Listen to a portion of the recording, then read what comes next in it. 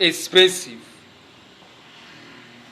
It's not something that is cheap. So whatsoever a man refuses to learn and know is an added advantage to his opposition. That's another point I want to make out. That whatsoever a man refuses to know is an added advantage to his opposition. Now, here on earth, in this game that I'm talking about that is on, is a game that both positive and negative spirits are playing. And from this revelation, I know the nature of the both the negative and the positive, and I will be reviewing it. But what I want to do here majorly is to help us to be lovers of knowledge. Because what brought about the fall of man is in knowledge. And what will bring man back to his original place in God is in knowledge. And that's why the book of Isaiah 11, I want to restrict my reading of so many scripture, but there is need. The scripture says in verse 9 of Isaiah 11 and also in Habakkuk that the time we are in this millennium is a season that the knowledge of God will cover the earth as water covereth the sea. So what God is out to do for us, I want to read that place, Isaiah 11 verse 9. He says, "They shall not be hurt nor destroyed in my holy mountain, for the earth shall be full of the knowledge of God as water covered the sea." Why is God interested in bringing his knowledge to cover the earth as water covered the sea? Because he knew that this is what will help him to conquer his opposition, the adversaries. Now, when the scripture said that the devil goeth about like a roaring lion, seeking for whom he would devour, the tool of the devil is in the ignorance of men, is in what we don't know. Praise God. If we go to the book of Revelation, if you go to Revelation 12, that place, let's just jot it down, I will paraphrase it. When the scripture was talking from verse 11, he said that we overcame him by the blood of the Lamb and the word of our testimony. And the scripture goes further to define the nature of the devil. He said that the devil is the accuser of the brethren. He is an accuser. Now, when you hear when a man is accused over something, when a man is being subjected to a law court, what we set the man free or convict the man is still knowledge. Amen. So when matters are being presented, you will only be set free when higher knowledge interceded on your behalf. Hallelujah. And if there is no higher knowledge that interceded on your behalf, then you will become a victim of whatsoever that you are subjected to. So all these things put together there are things that go on every day in life, but yet men are ignorant of it. But here in this meeting, God must open our eyes, because after last week, he thought about that there is an eye to live from. He told me this morning that I should teach this so that the eyes of people will open, so that they will begin to take responsibility over their life and not living their life in the hands of spirits. Because here on earth, man is sovereign. This is a vital point that I want us to jot down. Man is what? A sovereign being. And what I mean by that is that no spirit will enforce destiny on man. No spirit will impose his will on man. There is no spirit that will impose their will on man. Now, whatsoever that will happen around a man, he must first of all accept that. Whatsoever you refuse, that's why the scripture said that what we allow on earth will be allowed in heaven, and what we disallow will be disallowed. Now, these things that I'm bringing to us is why we said we are one of unique relevance, and we are meant to bring lasting solution to the capital problem of man. This solution is coming from the enlightenment that we are receiving from the Word of God. The book of John 8:32 said, ye shall know the truth, and the truth will do what? Will set us free. So here in this teaching, I said that knowledge is a defense. Amen. Let me illustrate a little with the game of football. The game of football have two sides of the player, and in the game, every team, each team try to defend their side. And this thing is what goes on in this very game that I'm talking about, that is on earth, but yet men are ignorant of it. What you will use to defend yourself and defend your own team is in what you know. So knowledge is a defense.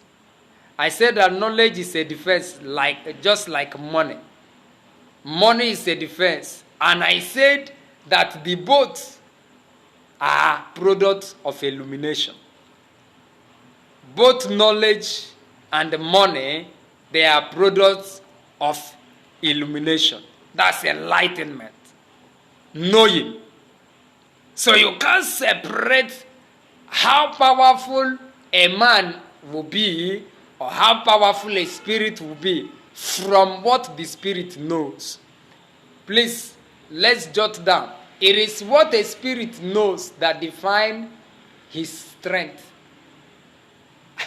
And it's also what a man knows. The level of your intelligence is what will determine how powerful you will be. And in this meeting, why God is bringing this revelation to us is because God wants to equip us. God wants us to represent Him with power. God wants us to operate in dominion.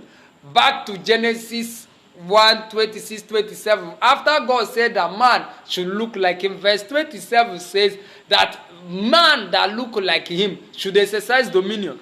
In other words, you can't exercise dominion if you know nothing.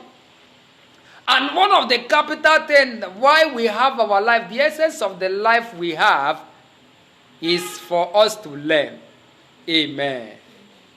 I'm wrapping up with the book of Genesis chapter 1. Romans chapter 1 is the anchor scripture I want to depend on to wrap up the teaching. And I will say three things that I call the skills of spirits, or the game theory of spirits. That's the three things I'll be leaving us with. And then we'll pray and close. Romans chapter 1 from verse 16. Romans chapter 1 from verse 16. Apostle Paul speaking says, "For I am not ashamed of the gospel of Christ, for it is the power of God unto salvation to everyone that believes, to the Jew first and also to the Greek. For herein is the righteousness of God revealed from faith to faith, as it is written, the just shall live by faith. For the wrath of God is revealed from heaven against all ungodliness and all unrighteousness of men, who hold the truth in unrighteousness. Because that which may be known of God is manifested in them, for God hadeth showed it unto them. For the invisible things of Him from the creation of the world are clearly seen, being understood by the things that are made, even his internal power and Godhead, so that they are without excuse. Amen. That man should be without excuse. 21. Because that when they knew God, they glorified him not as God, neither were thankful, but became vain in their imagination, and their foolish heart were darkened. Praise the Lord. I want to wrap up. This very scripture I've read is also bringing a consciousness. So there are major things that is needed for us to have an edge over all the opposing negative forces and spirits that are interested, that are contending with the perfect will and the plan of God for man and for this planetary earth. So what we need is to subject ourselves to the Word of God. That's one of the things that we need to. That's why Apostle Paul said, I'm not ashamed of the preaching of the gospel. And we should not also be ashamed of this gospel, not only to preach it, but we should also make effort to align our life with the teachings, with the messages that is preached to us. And we should believe each time we are opportune to hear the word of God. Because without belief, without faith in the word we heard, the power of the word can be manifested in our life. Amen. So lastly, I said man is a sovereign being that can never be forced. Spirits are aware of this ordinance. One of the capital ordinances that control the relationship of man and spirits, and why they are jealous of man, is because man also is sovereign the way they are. So they can't impose their will on man. No spirit can impose his will on man. And that's why that the power of choice is very, very important. Amen. Choice is one of the things that form destinies of men. Choice is one of the things that will determine what a man will experience on a daily basis. So I will be reviewing what I call the theory, the game theory of spirits, or the skillfulness of theory. So I said man is sovereign being that can never be forced, that spirit can never impose their will on. And that's why, because spirits are aware of this ordinance, so they resolve to use the game theory. Because spirits are aware of this. In economics, there is what they call in economics game theory. When I was preparing for this message, I was reminded of that because by virtue of profession, I'm an economist. That's what I studied. So I was reminded of this very theory in economics that is called game theory. There is an economic theory that is called game theory. And this game theory, it talks about choices too. It's a study that reviews the interaction of choices of economic agents. Economic agents in products that has to do with their preferences. So this game theory in economics is talking about choice.